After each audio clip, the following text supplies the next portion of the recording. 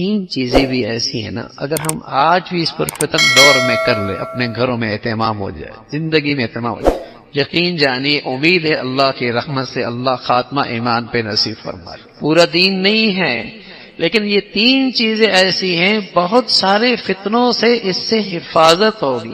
پہلی، نماز بڑھیا، نماز بڑھیا جماعت کے ساتھ ہو، نوافل کے ساتھ ہو، سنن کا اہتمام ہو، نماز بڑھیا ہو، اپنی نماز کو بڑھیا کیجیے۔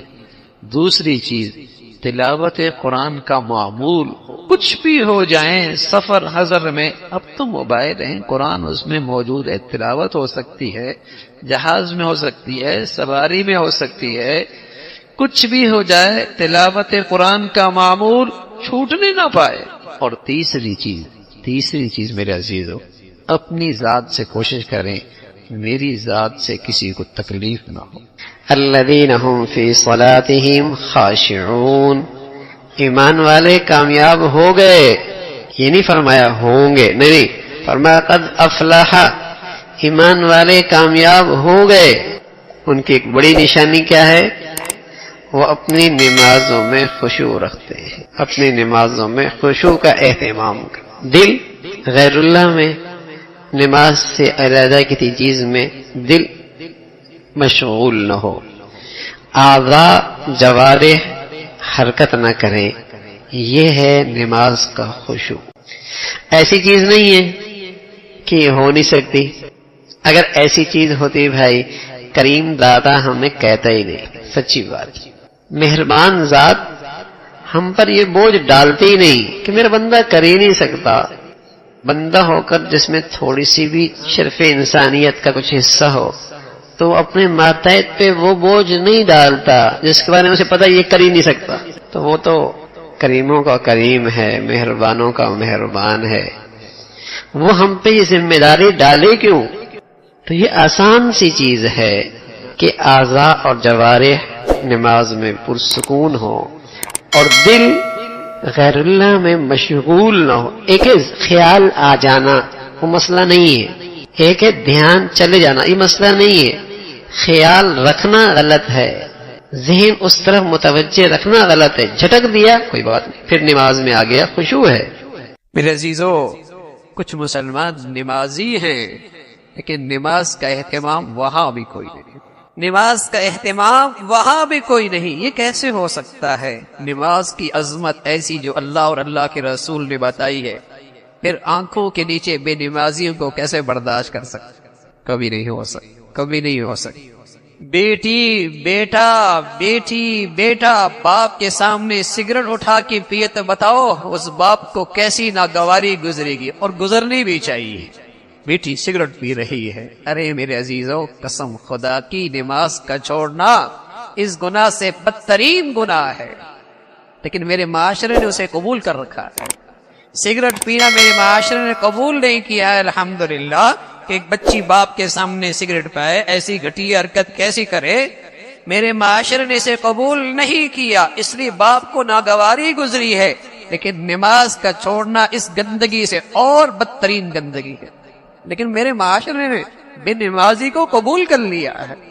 نماز کا چھوڑنا زنا سے، شراب سے بڑا گناہ ہے، اس لیے کہ اللہ کا حبیب صلی اللہ علیہ وسلم جیسے شفیق، مہربان، خیرخواہ نبی اتنے سخت لفظ کسی کوتاہی پر نہیں فرمائے جو نماز کے ترک پر فرمائے، من ترک الصلاۃ متعمدا فقد کفر۔ نماز کی عظمت مسلمان کی زندگی میں ایمان کے بعد سب سے زیادہ ہے، یہی وجہ ہے شریعت نے اور اسلام نے اسے بہت آسان رکھا ہے، لیکن معافی کوئی نہیں ہے۔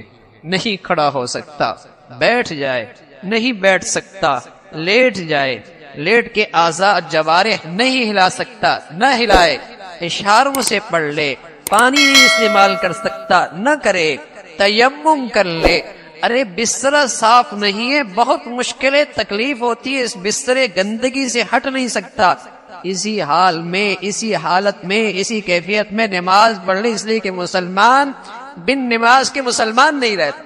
حضور علیہ الصلوۃ والسلام نے ایک موقع پہ ناراضگی کا اظہار فرمایا اور فرمایا قسم اس ذات کی جس کے قبضہ قدرت میں میری جان ہے، میرا جی چاہتا ہے کہ میں لکڑیاں اکٹھا کروں، ایک نوجوان سے کہوں وہ لکڑیاں اکٹھا کرے، اور پھر ایک سے کہوں کہ اذان دے، اور کسی اور سے کہو تم نماز پڑھو، اور پھر ان لوگوں کے گھروں کی طرف جاؤ جو گھروں میں نماز پڑھ لیتے ہیں، فَأُحَرِّقَ عَلَيْهِمْ بُيُوتَهُمْ، میں ان کے گھروں کو ان کے اوپر جلا دوں۔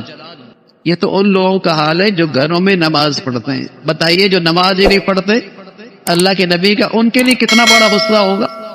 یہ تو ان لوگوں کے لیے جو گھروں میں پڑھتے ہیں، فَأُحَرِّقَ عَلَيْهِمْ بُيُوتَهُمْ، یہ اللہ کے نبی صلی اللہ علیہ وسلم فرمانے لگے جو اس امت کے لیے رحمت ہی رحمت ہے، اس امت کے لیے کیا پوری انسانیت کے لیے، پوری انسانیت کے لیے کیا پوری مخلوق کے لیے رحمت ہی رحمت ہے۔ وہ اتنی ناراضگی کا اظہار کر رہے ہیں جو اپنے گھروں میں نماز پڑھتے ہیں میں ان کے گھروں کو جلا دوں۔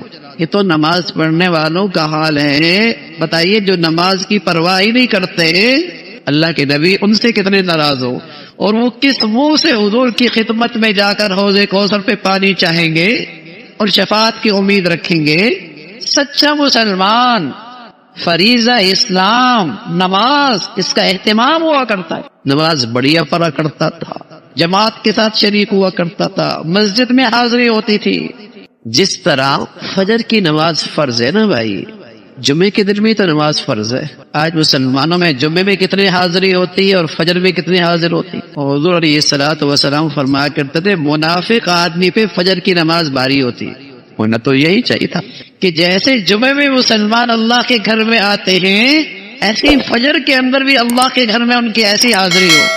فرض ہے، عید کی نماز واجب ہے، فجر کی نماز فرض ہے، عید میں کیسی حاضری ہوتی ہے، عشاء کی نماز میں کیسے حاضری ہوتی، عید میں کیسے حاضری ہوتی۔ اگر اللہ کو راضی کرنے کے لیے نماز پڑھ رہا ہے بھائی تو پھر فرض کا اہتمام واجب سے بھی زیادہ ہونا۔ فجر میں ایسا اہتمام جیسے جمعے کا دن۔ ہاں سچا مسلمان جیسے جمعے کا اہتمام کرتا ہے، جیسے عید کا اہتمام کرتا ہے، ایک سچا مسلمان ایسے ہی فجر کی نماز کا بھی اہتمام کرتا۔ المسلم الصادق، سچا مسلمان کی زندگی میں فجر کی نماز کا بھی ایسے ہی اہتمام ہوتا۔ حضور علیہ الصلوۃ والسلام فرمایا کرتے تھے منافق آدمی پہ فجر کی نماز بھاری ہوتی، اثقل علی المنافقین من صلاۃ الفجر والعشاء، منافق آدمی پہ بہت بھاری ہے فجر کی نماز، عشاء کی نماز۔ فرمایا ولو یعلمون ما فیہما، اگر وہ جانتے کہ فجر اور عشاء میں اللہ کے ہاں سے کیا کچھ ملے گا تو گھٹنوں کے بل بھی آ جاتے۔